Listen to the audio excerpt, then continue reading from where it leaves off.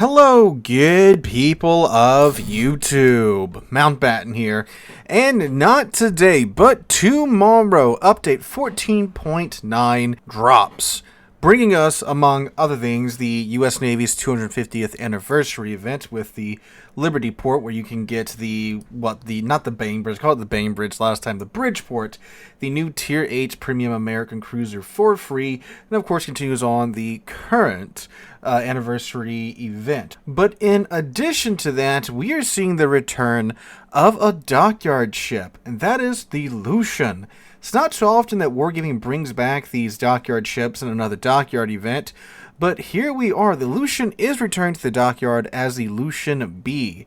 So if you did not get the opportunity to pick up the Lucian 2 years ago, you now have the chance to pick up the Lucian in this dockyard. The only difference between the Lucian B and the Lucian is that the Lucian B has a really cool black camo, and they really knocked it out of the park this year with the black camos, in my humble opinion. They got this cool like Damascus steel looking texture on it, which looks fantastic. But other than that, the Lucian B is the Lucian, and I have the Lucian. I've had the Lucian for a couple of years now. So the focus of this video is going to be, of course, is the Lucian worth the grind in 2025? Because keep in mind, this is a pretty old ship. It was 2 years ago that the Lucian was originally introduced to the game in her own dockyard. So that be the subject of today's video. So if you wouldn't mind going down below, dropping a like, leaving a comment, and subscribing to the channel. Those three things help out tremendously so on the YouTube side of things, appeasing our algorithm overlords and all of that jazz. And of course, if you like being kept up to date with what's coming to the game and all that jazz, subscribe down more for more.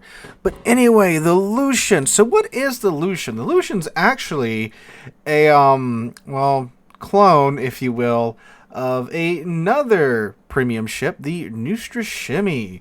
The Lushun is a Soviet destroyer that, in my opinion, is a pretty good ship. She was released for Still, I believe, originally a little not well received for Still. Then she got re-released for Coal, and it got a little bit more popular at that point. But either way, we eventually got the Lucian from the Lushun. Now, the Lushun and the Lucian are pretty similar in some ways, but of course we're going to mainly focus on the Lucian for the purposes of this video. So the Lucian is a Pan-Asian Tier 10 destroyer. And yes, she does come with 2 racks of those wonderful Pan-Asian deep-water torpedoes that are only able to hit battleships, cruisers, and aircraft carriers. Now, as you know, those torpedoes are a pretty big focus of the Pan-Asian destroyer line. You would expect them to be a pretty big focus here, right? Well, not really. You get 2 racks of 5. They have an 11-kilometer range and like 17,000 and change alpha damage. They travel like 65 knots, and yeah, they're there and all, but unlike the Pan-Asian destroyer line, that's not really the main focus of the Lucian. Yes, she has them, so if some poor battleship is sailing broadside to you, by all means, unleash those torpedoes on it. The main focus of the Lucian, however, are her guns. You see, like I said, the Lushun is based off of the Lushun. Actually, yes, the Lushun is based off the Lushun, but the Lucian's also based off of the Lushun. And one of the things that she does very much keep from the Soviet side of, well, her, is those Soviet guns. You get 4 of the 130 millimeter guns, 2 in each turret.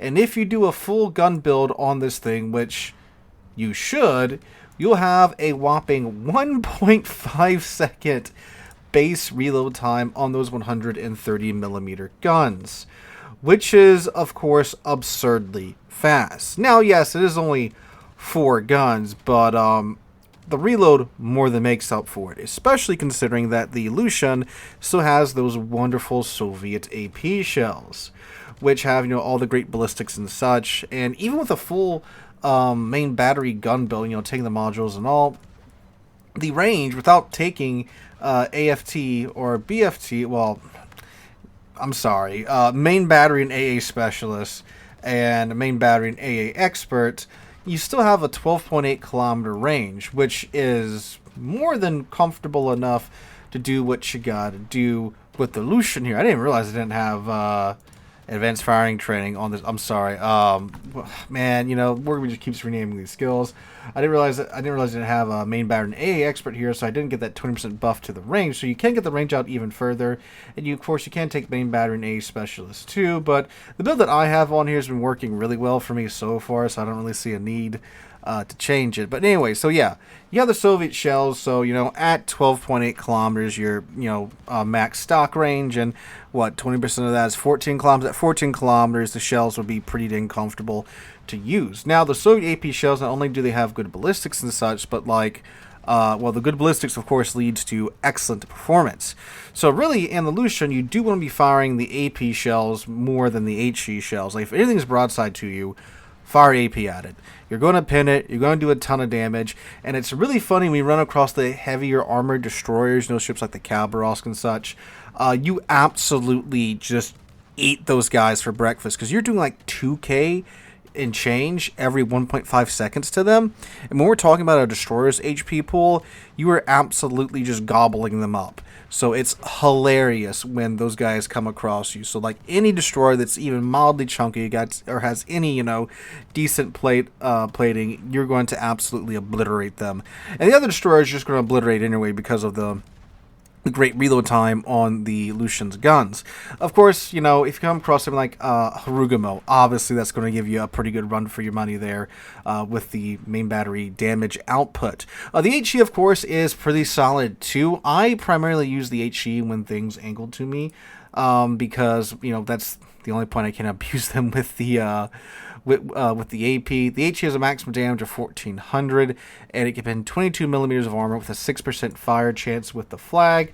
Of course, obviously you can take Demolition Expert to get that up to 7%.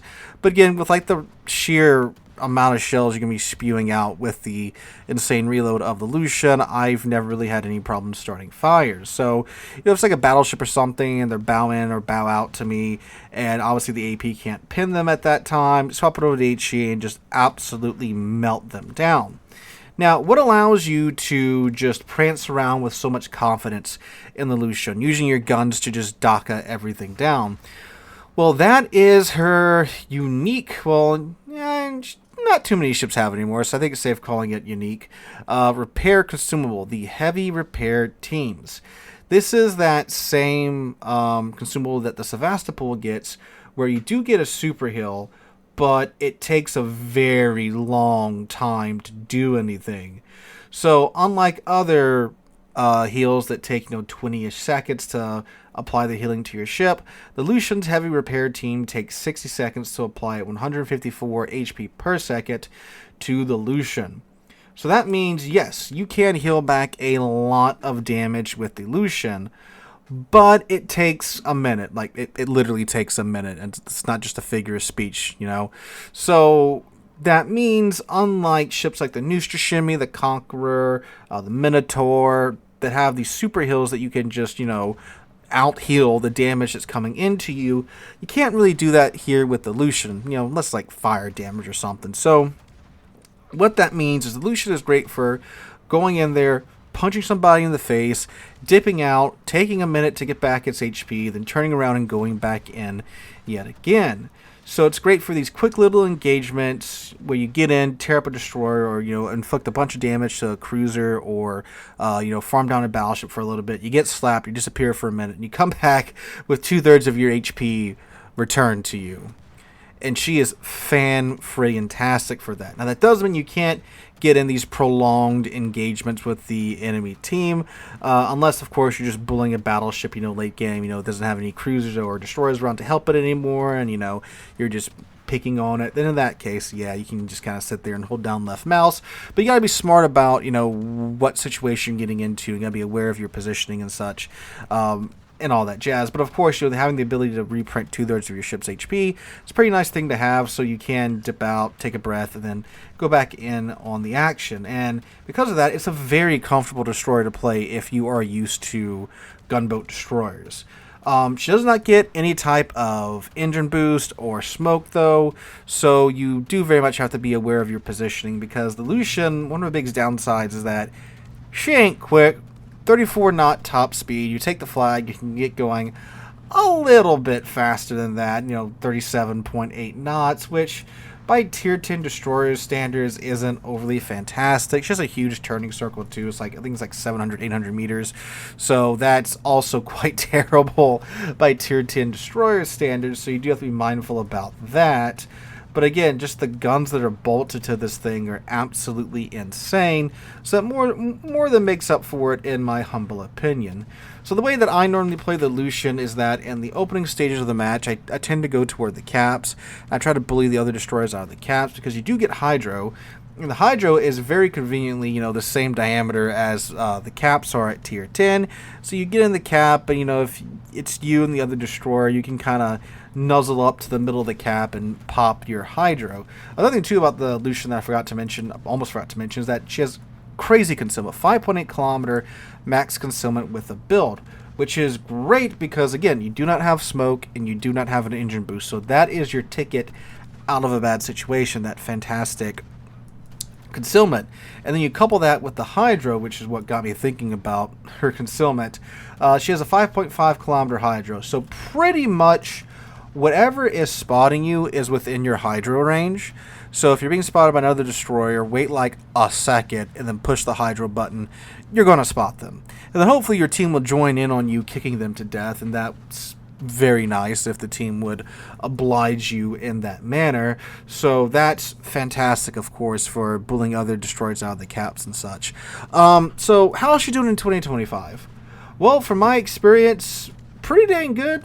Of course, the Laffy Dockyard is wrapping up, so when I was going out and about and, getting into matches with the Lucian here, I ran into a lot of Laffies, which Laffy is also another really good cap contesting DD, and it didn't feel like I was being bullied by them or anything, because the Laffy does have a super heal too, but just the consistent DPM that you get from the Lucian here, I was able to keep up very much so with the Laffies.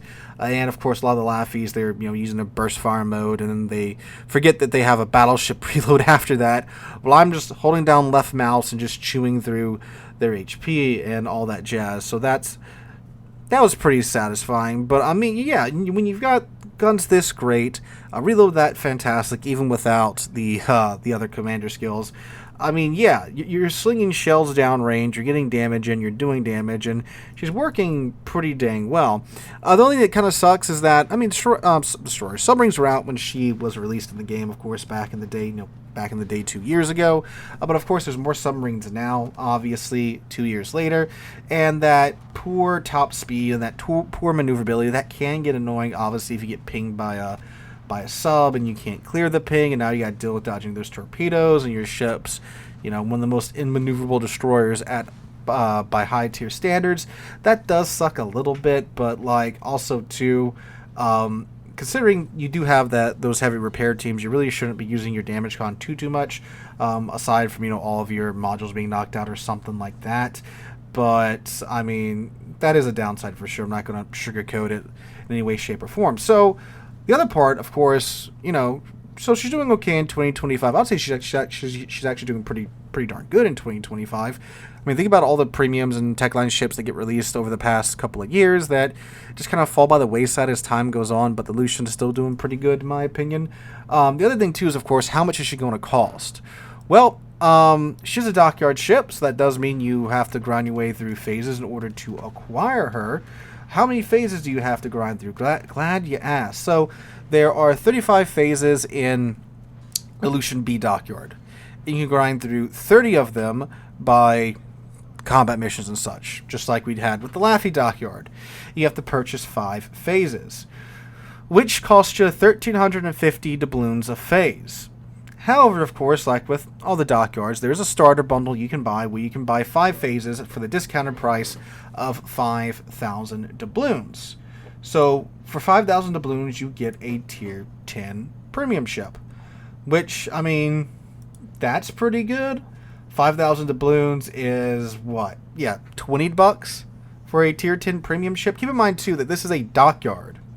So you're not just getting the Lucian B. There's other rewards along the way that you can get by simply grinding out the combat missions, which you'll probably be doing as you're working your way through the Bridgeport event, and just playing the game, and as you are playing the game to get your free doubloons and steel and such. So it's not really a bad deal. I mean, $20 for a ship that normally goes for $130, and for one that's a really nice ship, a really good ship like the Lucian, that's a bit of a no-brainer in my humble opinion. If, of course, you like destroyers. Obviously, if you don't like destroyers and you're like a battleship main or something like that, and you have no intention of ever playing destroyers, then yeah, don't worry about picking it up. But like, if you like destroyers, if you're interested in destroyers, the Lucian is a good destroyer. I mean, she's held up very well over the past 2 years, and it's just a really comfortable, really nice destroyer to play if you do like that gameplay style that you're seeing in the background footage. So yeah, I mean, for $20, a tier 10 ship, all the rewards. Well, you don't have to pay $20 to get the rewards. You just grind through the dockyard and you get the rewards either way. So like, yeah. Obviously, if you are intending to get the Lucian B, I would recommend getting the starter bundle, because that does save you 350 doubloons per phase. So that's another, what, 1,500 doubloons and change that you're saving by purchasing the starter bundle. So that's a pretty good deal. Obviously, if you're not sold on it just yet, and you're okay with maybe paying a little bit down the road, which, I mean, what, five phases at 1,350 doubloons per phase. Again, it's 1,700 doubloons, I do believe. Let me do some math real quick, because I didn't do this beforehand. Oh, actually, it's way more than that. 6,750 doubloons. This is, ladies and gentlemen, this is why I do not teach math.